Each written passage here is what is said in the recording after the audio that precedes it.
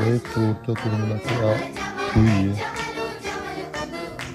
और हाँ MRP तो देख लो, 400 ग्राम 299, 300 का भाई साहब, 300 का।